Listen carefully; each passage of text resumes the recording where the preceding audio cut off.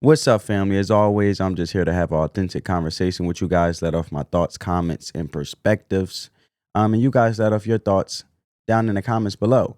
But look, man, we got some major drama that's been making waves in the WNBA community. I've been seeing a couple content creators cover it, and I figure I'd give my thoughts on it.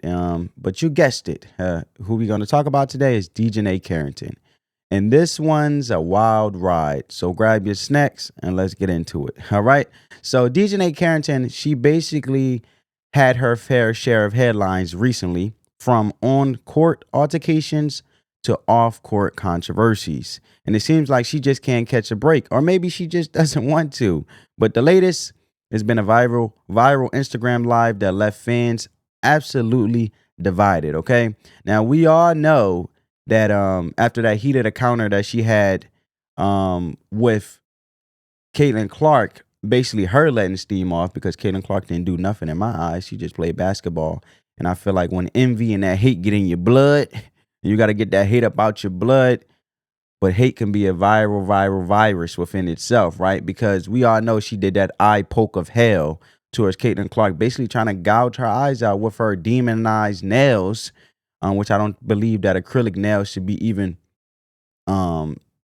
be used or even should be worn while playing basketball. But look, man, she played victim with that. She basically said that she didn't recognize that she poked Caitlin Clark, and then she come out saying that, she didn't do it on purpose. So we all know that she's very flip-floppy. She's a chameleon. She likes to say one thing and do another. And in this live, with a heated encounter with an Uber driver now, during the live stream, she seemed to let steam off in this case of being heated again. But in this case, she was drunk. So she accused the driver of some pretty serious stuff, including an attempted kidnapping. But instead of contacting the authorities, she took it straight to social media. And let's just say it didn't go as planned, okay? But let's get into the article. So it says, quote unquote, "Go ahead and call the police. DiJonai Carrington alleges racial hostage attempt by Uber driver in IG live video." And look, man, I never believe women by default. The context has to come out, let alone the details, especially these drama queens in the WNBA, right? Like, can we act like adults here? I believe she's going on like 27 years old. Let's scroll down here. It says, Kinetic Sun star DiJonai Carrington shared a bad experience with an Uber driver while with a couple of friends. The 2024 WNBA Most Improved Player of the Year took to Instagram Live to discuss the situation around the individual with her fans. A short video shared on Friday, which was, in this case, it was around December 27th, shows Carrington getting out of a car in disbelief after her group was ejected from this person's car. She explained part of the situation to the viewers before showing the face of the driver. And I always find it very, very mind-blowing that someone like DiJonai always tend to run into the victim Olympics and so quick to accuse but never hold herself accountable on what she did. But anyway, she says, quote unquote, about the Uber driver while she was going on live, "This stuff is crazy, and I had to really expose it in real time." Carrington said, "I don't know why white people." Now, why would you say that? Why you always got to be a race? What is up with these race baiters and race hustlers? And I feel like they just like to move the goalpost, and the easy thing is to do run into the victim Olympics and play the race card, because at the end of the day, they don't want to be held accountable, and they probably never been held accountable in their lives. And I believe, where is this woman PR team at? Where is this woman media relations team, and basically helping her knowing how to conduct herself professionally at all costs, because she's supposed to be a public figure, even though we all know that we didn't care about DiJonai Carrington until Caitlin Clark came in the league and basically brought visibility to all these other drama queens. Let's just call the facts, right? But she says, "I don't know why white people think they could get away with trying to scare black people by only saying, 'Oh, I'm going to call the police.' Okay, and we did nothing wrong, so that's fine. Go ahead and call the police." Let's scroll down. Then she goes on to say, quote unquote, there he is, ladies and gentlemen, live in the flesh for you to see. He tried to kidnap us and take us. Look, now he's trying to talk to our next Uber driver. Let's see how this goes." And then the driver tried to talk. Sorry, well, I don't know why this in a way. Then the driver tried to talk to another driver as the former attempted to hold up. Let me refresh the page. I don't know why this excuse me, folks. You know how the technology be, but we'll get down to it. Okay, it says then the driver tried to talk with another driver as the former attempted to speak a different language to the Spanish speaking individual. It prompted DiJonai Carrington to make fun of him. How old are we? So you're making fun of the person that's supposed to be trying to kidnap you. One, I'll be calling local authorities myself. And two, I'll be trying to get away from him as fast as possible. But it said you use a phone and be like, oh, look, there he is. There he is. We got him. We got him. What, bro? Let's be real here. So the incident allegedly occurred when Carrington's group wanted to play music, but the original driver didn't like the idea. So there we go. She basically felt like she was entitled to play her music in this man's car when he's just trying to deliver a service by picking her up and dropping her off and make his money and go his way and do the other driver pick up whatever he has to do in regards of other calls he may have on the Uber app in regards of him being notified of other drivers, or other passengers he could be picking up and just basically trying to make an honest earned living by making some money, right? But she had to be difficult. That's what it seems like to me. And things eventually escalated and the trio was ejected from the first car. This could have ended the situation and the driver still wanted to charge the ride. The group took issue with that and the driver started threatening to call the cops on them. Fortunately, the new driver let them play music and their night continued. Now, this is one of those mess around and find out moments. You wasted this man gas. You tried to accuse him of kidnapping. If anything, he should be fairly compensated for the simple fact that he drove to you and you're being a disgruntled public figure as a WNBA star and the professionalism just went way out the door because you wanted to play music in his car. Use your headphones and play music if you got headphones or your AirPods or whatever. And also play music when you get out the car. At the end of the day, you are not entitled to be able to control other people's stuff. Like, what is wrong with people? So then you run and play the race cards and run into the Victim Olympics. But anyway, family, moving on to the next thing that I want to show is actually her live in the flesh in the video in itself. As we guys got the full context, you guys saw the article, and it says from this tweet from Twitter, formerly known as Twitter, now known as X. DiJonai Carrington, stumbling drunk, says these white people think they can scare us by threatening to call the cops. Crying racist with no proof. Oh, and the guy is Arabic. Maybe if she wasn't plastered, she wouldn't have realized that he wasn't white. She's the real racist here. Exactly. And that's the point. The problem is the WNBA need to hold individuals like this accountable because at the end of the day, how I was taught, and I know a lot of individuals in corporate America is taught, basically you represent us on and off the job when you're part of a job or a big corporation or even part of a university. When you're a student and part of a university on and off the campus, you represent them. And if you give them a bad representation and continue to be drama fulfilled and doing things in a bad light instead of conducting yourself as an adult, being mature, you will have consequences. So at the end of the day, I believe the WNBA should definitely give her consequences for her actions. And she needs to be made an example out of. Sometimes you got to make an example out of people for people to fall in line and do what they're supposed to do. Unfortunately, she's 27 years old, getting thrown millions of dollars and getting thrown big bucks to not only conduct herself on the court, but also off the court, because at the end of the day, you're not entitled to this money. And if you put the franchise in such a bad light, we got a problem with that. The franchise has already been in a bad light for years. And that's why they've been so comfortable with these drama queens and coming at Caitlin Clark the way that they do, because they never really focused on basketball. Everything was outside of the court.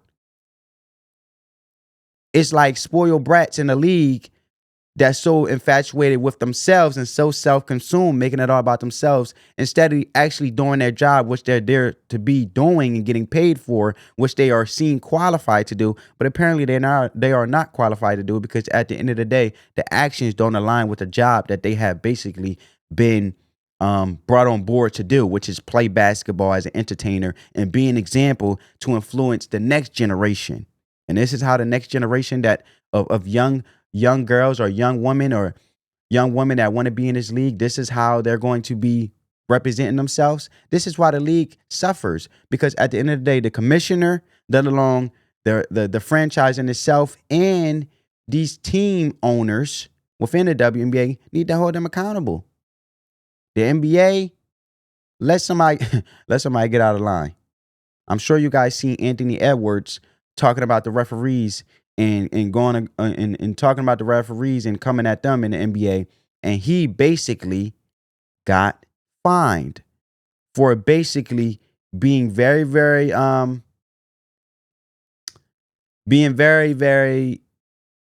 extreme with his emotions when it comes to talking about the officiators or the referees that is officiating the game.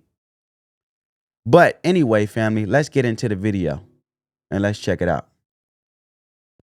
Oh, he turned his back on me. The scammer life is good. Did he ruin your birthday, friend? I hope not. Woo! What'd he say? What'd he say?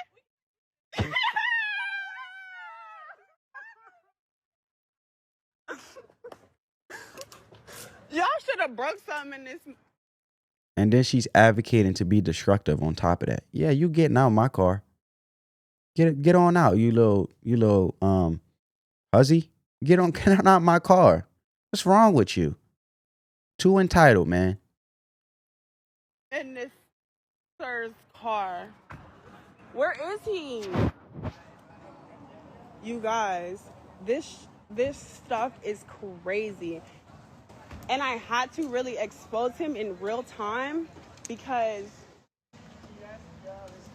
I don't know, honestly, I don't know why white people think they can get away with trying to just like scare black people by saying, oh, I'm going to call the police. Like, okay, and we did nothing wrong, so that's fine. Go ahead and call the police. So divisive and so vile. This woman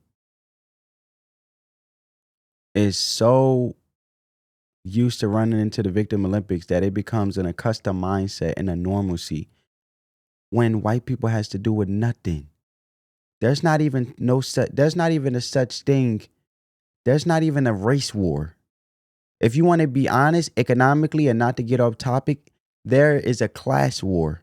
Look at the economy, inflation. People are trying to survive out here. And you little white I said white. Sorry. You little, not to say white, because I'm thinking at the same time.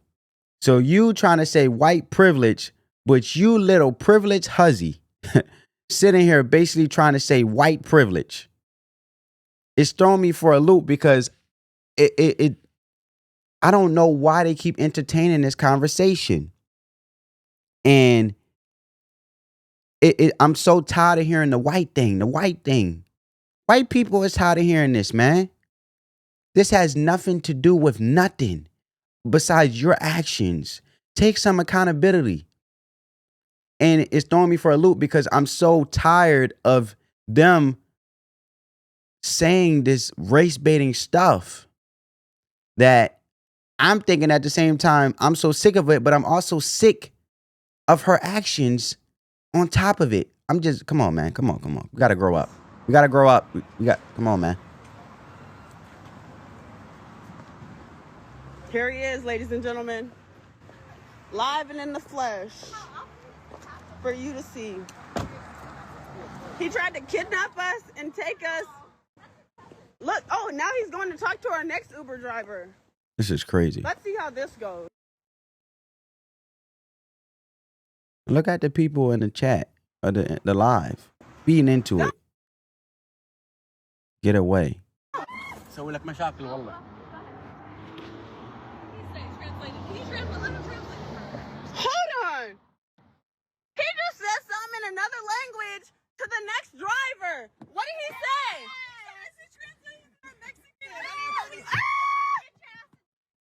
Dummy, he don't even speak that language. He speaks Spanish. He's a dumbass because our new driver speaks Spanish. This motherfucker was trying to speak Arabic. All right, because I don't want to get copyright because of the music, because obviously that was her ultimate goal. She just wanted to control somebody's car that they work hard for, and they just trying to make an earnest living and earn some money and make it out here, and she just wanted to play music. So, anyway, here's my take, right? I'm just sick of this. I'm sick of the white thing. I'm sick of the race baiting. I'm sick of the race hustling. This is a race hustler, right? And the only person that you can see being mostly divisive is her. It's her. But I don't know, man. I'm sick of individuals like this, and I'm sick of this white privilege thing, right? But social media is powerful. It's a powerful tool. And it's a double-edged sword, okay?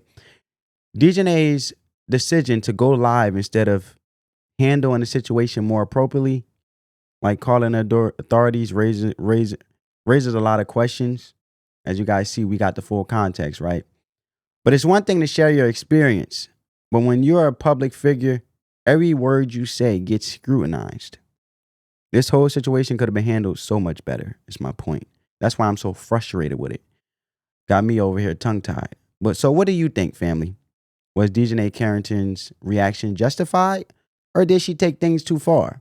Let me know your thoughts in the comments below. And don't forget to smash that like button, hit the subscribe button, and turn your I can't even talk. She got me so frustrated. She got me hot, boy.